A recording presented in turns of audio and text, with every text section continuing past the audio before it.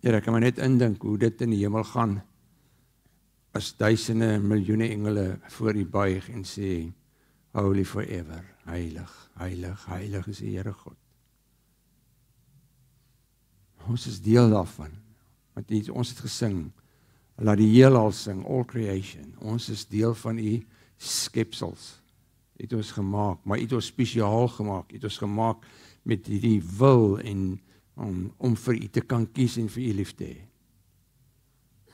Dankie vir dit, dankie dat ons kan kies om te sê, ons wil hier wees en ons wil in U aangesig wees en ons wil U woord hoor, en daarom bid ons dat U met ons rustigheid sal gee en toegewydheid en sal konsentreer om te hoor wat 'n mens maar net deel wat in die woord staan en U gebruik ons maar net, gebruik my as 'n kanaal en vir hulle wat met dit ontvang.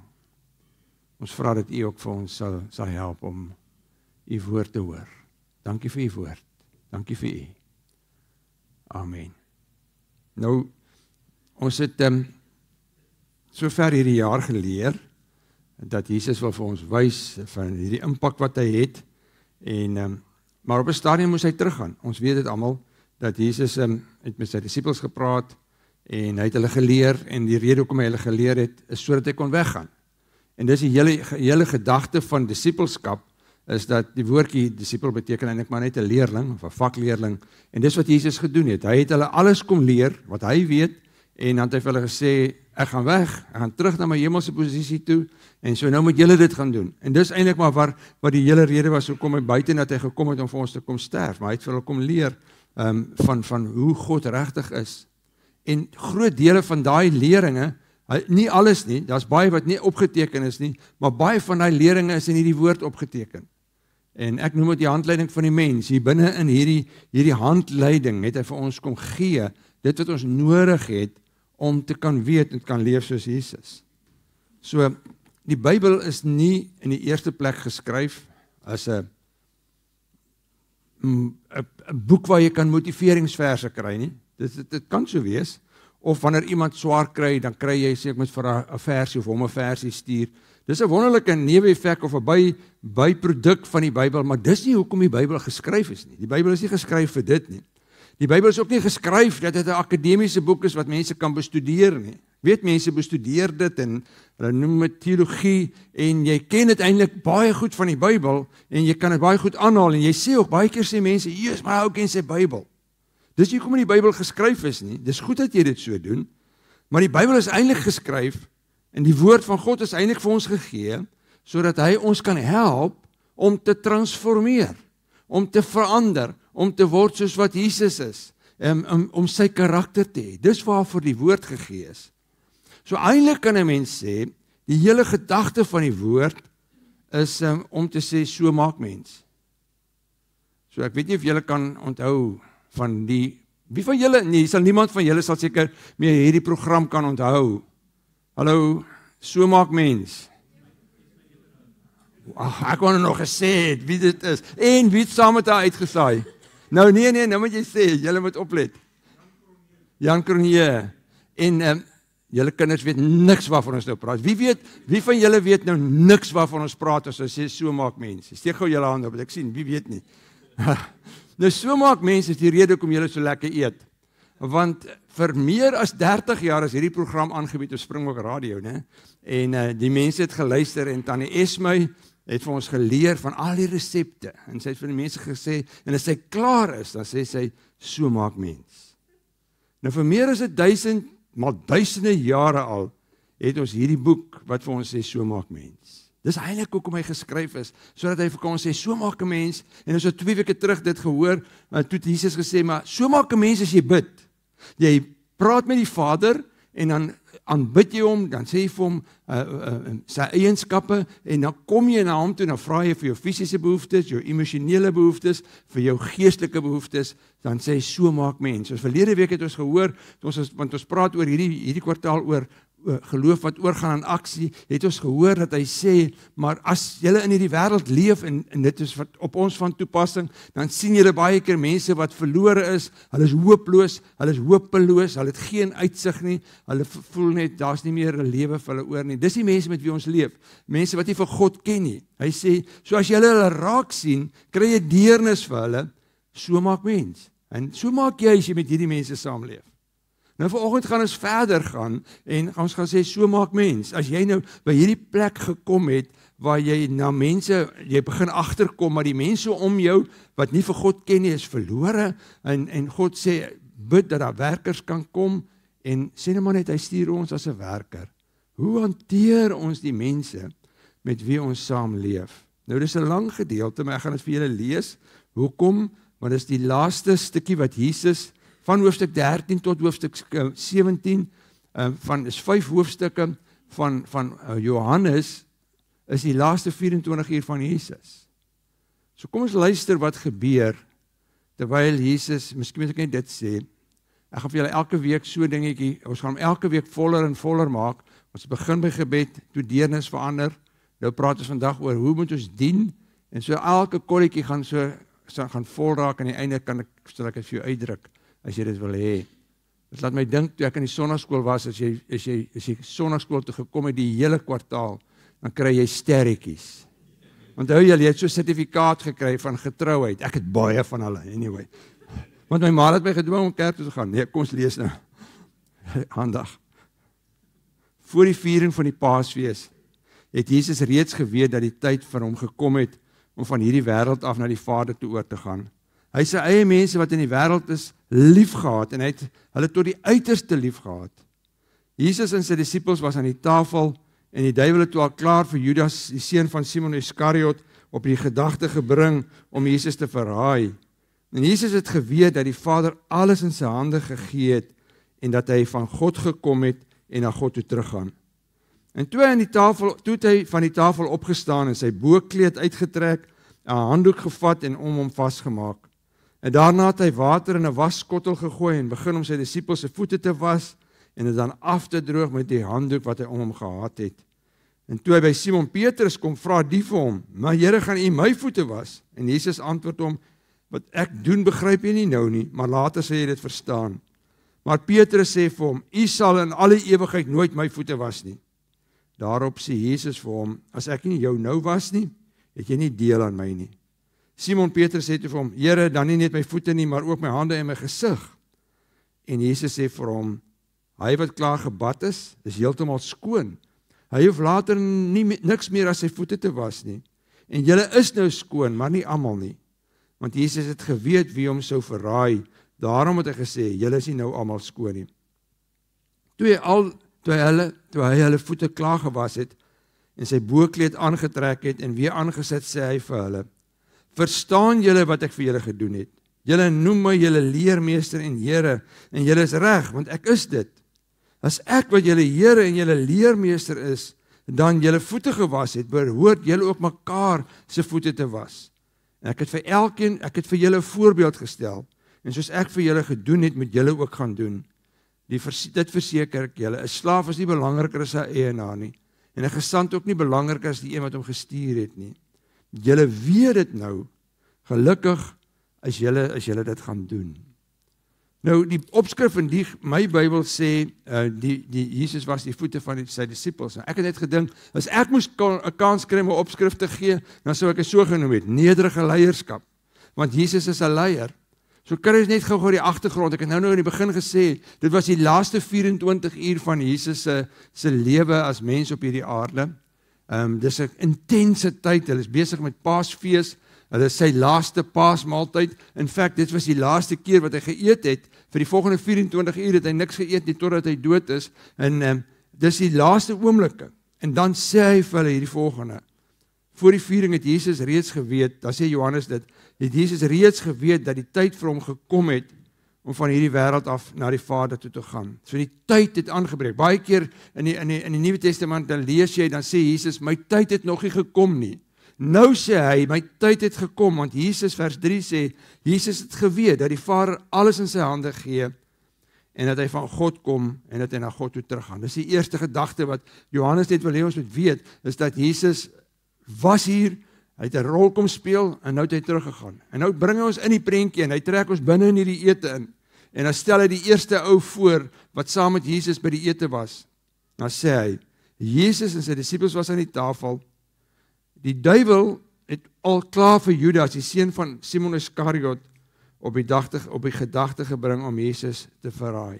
Mens sal eintlik dink is skokkend, want as jy nou vir 'n oombliekie daar dink, wat daar eintlik staan, is dat terwyl Jesus aan die tafel gesit het, het daar iemand gesit wat deur die duiwel alreeds aangesê is om Jesus te verraai. Jy kan as te ware sê, die duiwel was ook daar. Dis skokkend om so te dink, dit pla Jesus glad nie. En dit is al klaar vir my 'n verligting, is om te sê, die duiwel maak mense bang, mense sê ons bang met die duiwel. Jesus sê, alle mag is aan my gegee, ek is nie bang daaroor nie. So julle ken die storie, Judas het vir Jesus verraai, hy's betaal so 'n paar $100 in 'n dollarprys, om uiteindelik vir Jesus oor te gee, en om te verraai. Nou dink ek daaroor, terwyl ek voorberei, maar hoe is dit moontlik, dat hierdie ou wat soveel goed gesien het, so lang tyd saam met Jesus geloop het, die wonderwerke beleef het, hoekom het hy dit om verraai? En as ou rustig daaroor begin dink, en jy sit jouself, en jy kyk na jouself, en ek kyk na myself, dan is dit baie maklik om Judas te verstaan. Want ons het ook vir Jesus geleer. Julle het almal groot geword met Jesus. Ons ken die Bybel, ons weet wat daar staan, en tog gebeur daar tye, dat jy net doodeenvoudig ongehoorsaam is aan God.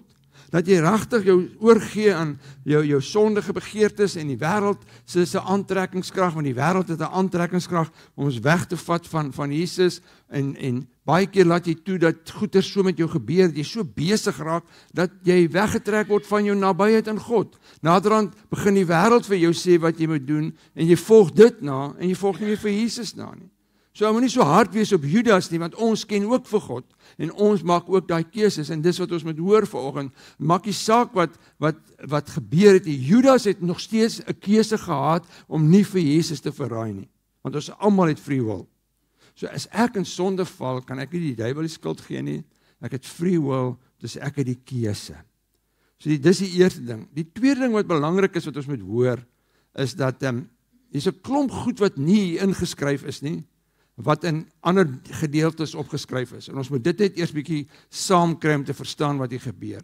En dan is daar klomp goed wat nie ingeskryf is, nêrens in die Bybel nie, wat ons ook moet leer, hoe moet ons dit verstaan, want ons het nie daai tyd geleef nie. So die eerste ding wat nie ingeskryf is nie, wat nou daar gebeur het, Jesus het nou net die nagmaal ingestel, hulle het klaar die eerste nagmaal gebruik, dan gebeur dit, dat daar onder die disippels 'n stryery kom. Terwyl hulle daar sit, begin hulle met mekaar beklei, om te sê, maar wie is die belangrikste? Wie gaan die grootste posisie in die hemel eendag hê? Jesus sê vir hulle, ek gaan vanaand doodgaan, en hulle beklei daaroor om te sê, maar wie gaan uiteindelik langs hom sit? Hoor gou hierso. Daar het onenigheid onder hulle ontstaan, oor wie van hulle as die belangrikste beskou moet word. Maar Jesus sê vir hulle, by die nasies is dit so, konings speel oor hulle baas, en die wat gesag afdwing, laat hulle self weldoeners noem. Maar by julle moet dit nie so wees nie. Inteendeel, die belangrikste onder julle moet soos die geringste wees. Die een wat die leier is, soos die een wat dien. Wie die belangrikste is, wie is die belangrikste? Die een wat aan die tafel is, of die een wat bedien? Tog hy wat aan die tafel is, nie waar nie? Maar ek is in julle kring soos die een wat dien. Is shocking as jy dink vir 'n oombliekie, julle sit met hierdie heilige oomblikke met Jesus. Dis die laaste oomblikke wat hulle saam met hom sit, en dan is daar 'n bekleierery om te sê, maar wie is die belangrikste? En dan staan Jesus op. Dis die ding wat hom gedring het om te sê, nou gaan ek opstaan. Maar hierdie ouens verstaan nog steeds nie wat dit beteken om te dien nie. En dan staan die volgende.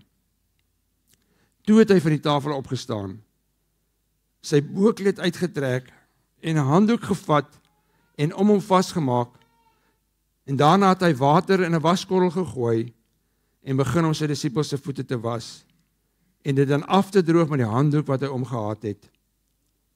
So wat nou nie gesê word nie, ek sê daar's 'n klomp goed wat gesê is, Wat nie gesê is nie, is hier die hele storie van voete was. Nou, julle het nou dit al baie gehoor, maar miskien moet ek dit net weer vir julle vertel.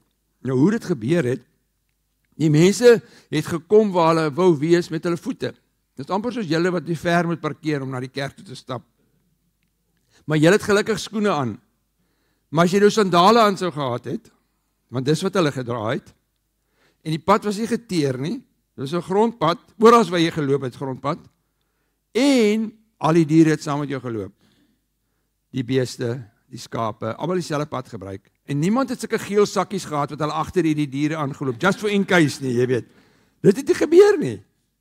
So nou loop jy op daai pad, wat vol stof is, bietjie modder, alles, met jou tone, jou sandale vol van hierdie modder. So dis wat gebeur het. So wanneer jy na iemand se huis toe gegaan het, of wanneer jy by 'n plek ingegaan het, was daar altyd 'n wasskottel en 'n handdoek, en gewoonlik 'n slaaf of 'n bediende om die voete te was. En as daar niemand was nie, sou iemand opgestaan het om die voete te was. Want dit is 'n normale ding, het so gewoonlik die ou wees wat die laagste posisie gehad het. Maar natuurlik sou nie een van die disippels opgestaan het nie, want julle hoor nou hoe beklei hulle met mekaar om te sê, wie van ons is die belangrikste? So nie een van hulle sou eers daaraan gedink het om te sê, ek gaan voete was nie, want ek is deel, ek dink hulle het net so ingestap, jy weet soos die mynmanne instap, ons is deel van Jesus se 12, ek gaan nie voete was nie, verseker nie. Want iemand anders moet dit doen, en elkeen het vir mekaar gekyk, en miskien dis waaroor die stryery gegaan het, ons weet nie, miskien het iemand vir hulle gesê, wie gaan van julle gaan voete was, en hulle het gesê, nie een van ons gaan nie, want ek is belangriker as die ander een, en dan gebeur dit, dat daar was 'n wasskottel, want daar staan in die Bybel, het 'n wasskottel en 'n handdoek gevat, soos het is nie dat dit nie daar was nie, dit was daar, dit was gereed, en dan trek hy sy bohemp uit, sy hemp, en dan bind hy die handdoek om hom, en dis soos 'n slaaf dit so gedoen het. En dan as 'n slaaf, die teken van 'n slaaf, kom buig hy voor hierdie mense, en dan begin hy hulle voete was. Ons kyk nou terug, en ek dink dit was Jesus se doel ook, hy het nie net voete gewas nie, hy het gepreek.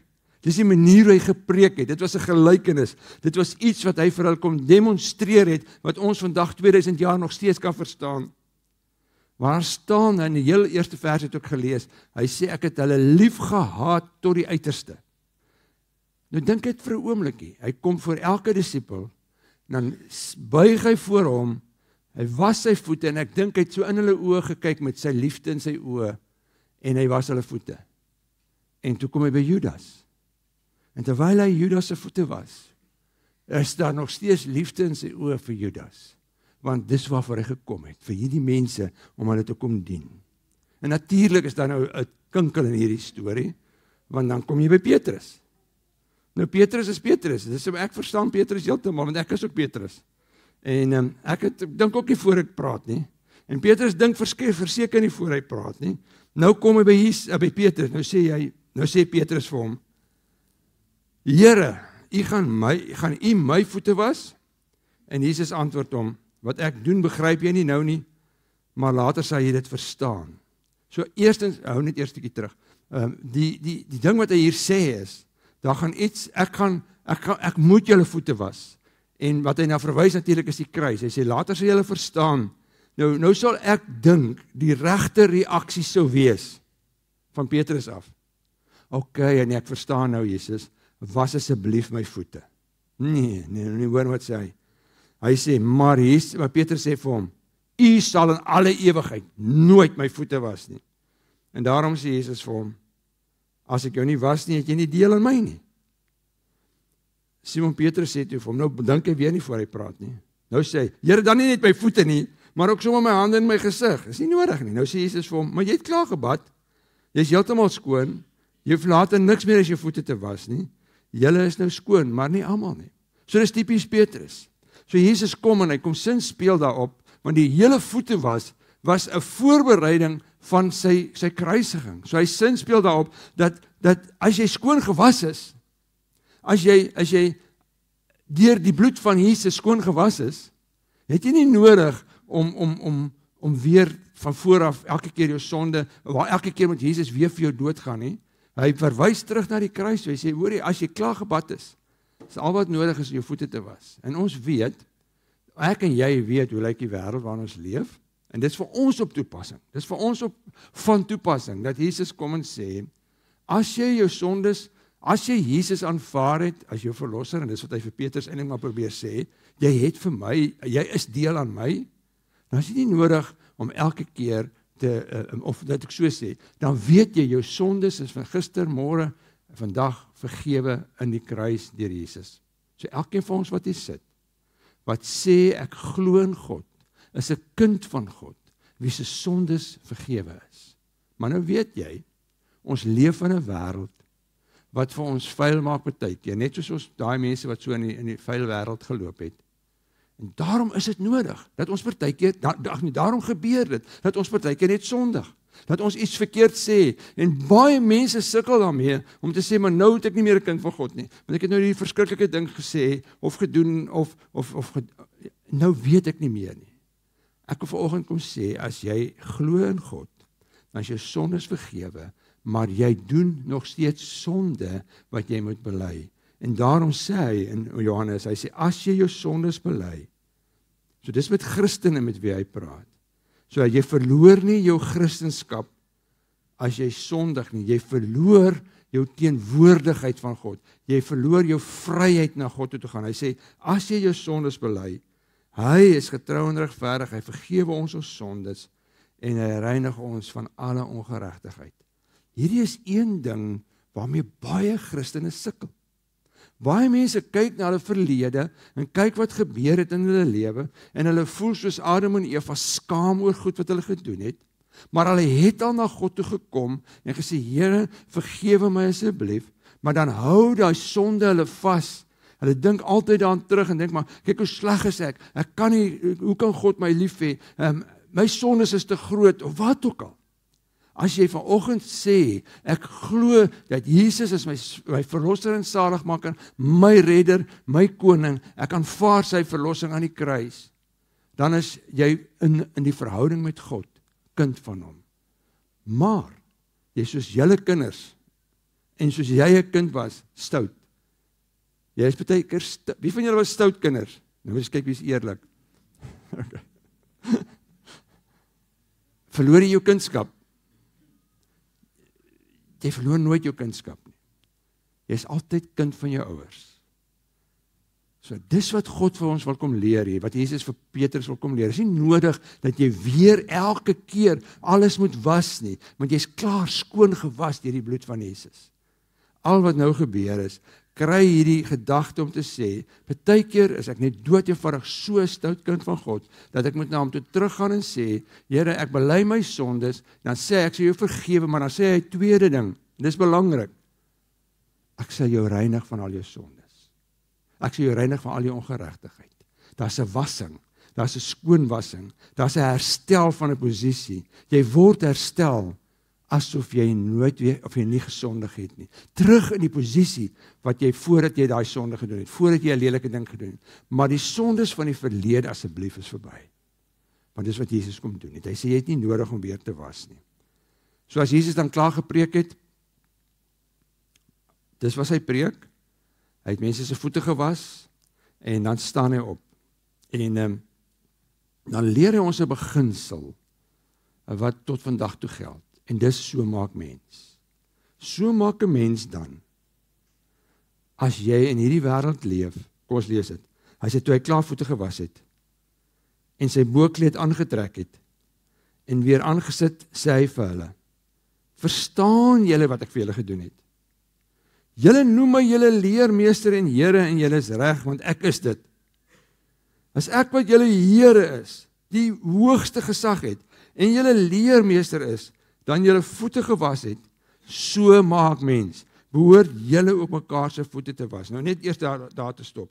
Ons het nie nodig om 'n nuwe ritueel aan te leer in hierdie kerk, om te sê, die Here sê ons moet mekaar se voete was nie. Wie van julle was al by so voetewassingsding? Ek was ook al daar. Dit is nogal mooi, maar is nie nodig dat ons vandag begin om te sê, julle, Riekie gaan julle voet, nee, Riekie gaan, iemand sal julle voete was. Skorrelgoed. Kan jy nie dink, die eerste, ek sal voete was hier so in die kerk, sal ek wel eerste gaan. Wie sal eerste wil wees?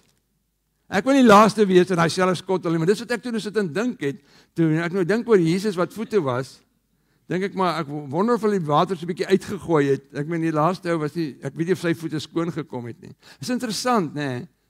Ek het baie daaroor gedink, nêrens staan in die Bybel dat een van hulle opgestaan het om Jesus se voete te was nie. Miskien het nie eers een opgestaan nie. Anyway, so nou gaan ons aan. Hy sê, ek het vir julle 'n voorbeeld gestel, en soos ek vir julle gedoen het, moet julle dit ook doen. So maak mens. Dit verseker ek julle. 'n Slaaf is nie belangriker as sy eienaar nie, en 'n gesant ook nie belangriker as die een wat hom gestuur het nie. So hoe leef kinders van God? Ek wil sê met nederige harte. Daar's nêrens enige regverdiging vir enige kind van God om in hierdie lewe na enige iets te kyk en te sê, dis benede my. Dis benede my stand. Ek sal dit nie doen nie. Ek gaan dit nooit doen nie. Dis die eerste ding. Die tweede ding is, jy kan jy enigstens dit terugverdig om na ander mense om jou te kyk en te dink, wel ek is 'n bietjie beter as hulle. Of ek is 'n bietjie anderster as hulle. Dis glad nie, ek kan nêrens daar gaan nie. Want die kruis, Jesus het nie net voete was gewys nie. Hy het die kruis gewys. En die kruis is die groter vernedering. As jy nou dink voete was 'n vernedering vir hom wat die Here en die leermeester was, dan kan 'n mens eintlik die preek verder vat om te sê, ek wat julle Here en leermeester is, sal aan die kruis vir julle doodgaan. Want julle is my so belangrik. Kom ek lees dit vir julle. Hy sê, Jesus, hy het homself verneder deur die gestalte van 'n slaaf aan te neem. Ons kan nou sê, en aan mense gelyk te word, want toe hy die voete gewas het, het hy soos 'n slaaf geword. Hy het gesê, ek sal julle dien. Maar toe, as hy mens verskyn het, het hy homself verder verneder. Hy was gehoorsaam tot in die dood aan die kruis. Daar's geen beter manier wat Jesus hierdie preek kan preek, is om te sê, die manier wat ek wil hê julle moet leef, kan julle sien hoe ek geleef het. Ek was nie eers bang vir die kruis nie. Nou die kruis weet julle is 'n vernedering gewees. Die prentjies wat ons sien, kan hulle nie vir ons die waarheid wys nie. Hy het naak daar gehang. Hy het gehang op die hoofpad, in die highway, waar mense almal verbygekom het, waar mense hom gespoeg en bespotlik gemaak het, en belaglik gemaak het, en gesê, die koning van die Jode, red jouself. En dis hoe hy hom verneder het. Maar uiteindelik, die vernedering was die meer groter vernedering was dit, toe hy uiteindelik gesê het, almal van julle, Piet en elkeen van julle, se sondes kan op my kom. Hy het dit absoluut gedoen, soos wat hy beloof het. Soos in vers 1 sê, ek het julle tot die uiterste lief gehad. Amper te sê, I love you to the max, dis wat mense moes sê. Want hy kan nie, Jesus het geen beheer oor sy liefde nie. Hy is 100% liefde, 100% van die tyd. En dis wat hy vir ons wil kom leer, dis die preek. Wat maak ons daarmee? So ek weet nie, hoe lyk jou lewe nie? Ek weet nie, waar beweeg jy in die week nie? Jy weet wie is die mense om jou. Kom ons terug net na jou gesin toe. Miskien is dit die eerste plek waar jy moet gaan sê, hoe maak ek in my gesin? Hoe tree ek op teen my ma, my pa, my kind, my vrou, my man, my broer, my suster, my vriende? Miskien is dit nodig dat jy net na hulle moet kyk en te sê, miskien moet jy dit vir hulle sê, weet jy wat? Ek waardeer jou. Of, weet jy wat? As jy nie my lewe was nie, was my lewe leeg. Na ons mense en ons huis begin kyk, om te sê, ek wil jou dien. Jy hoef nie te gaan voete was nie, jy hoef nie te gaan jy kan gras sny vir jou vrou, as sy nie kan sien om vandag gras te sny, nie kan julle manne gaan gras sny. Dit sal 'n goeie manier wees hoe jou vrou dien. Maar dis nie dit nie. Kyk na hulle persoonlike behoeftes, en wees net soos Jesus. Met liefde in jou oë, kyk na jou gesin en sê, hoe kan ek hulle laat waardevol voel vandag? Miskien is dit daar by jou kollegas, of by mense met wie jy werk. Kyk in hulle oë, maak kontak. Nee, how you going, en as jy al 5 tree weg nie, stop by iemand. Hoe gaan dit met jou? Wat is daar in die lewe? Mooi vraag om vir enige iemand te vra, om 'n goeie aanknopingspunt te hê. Wat is daar in jou lewe wat jou gelukkig maak? Wat het jou hierdie week opgewonde gemaak? Of wat het jou hierdie week seer gemaak, of bang gemaak, of jou vrede gesteel? Dan stel ons belang in mense, en dan sal ons weet waar om te dien. Maar miskien is dit dood eenvoudig om te kom by 'n punt om te sê, na iemand toe te gaan, wat jy moet vergewe. Of na iemand toe te gaan en te sê, sal jy asseblief vir my vergewe?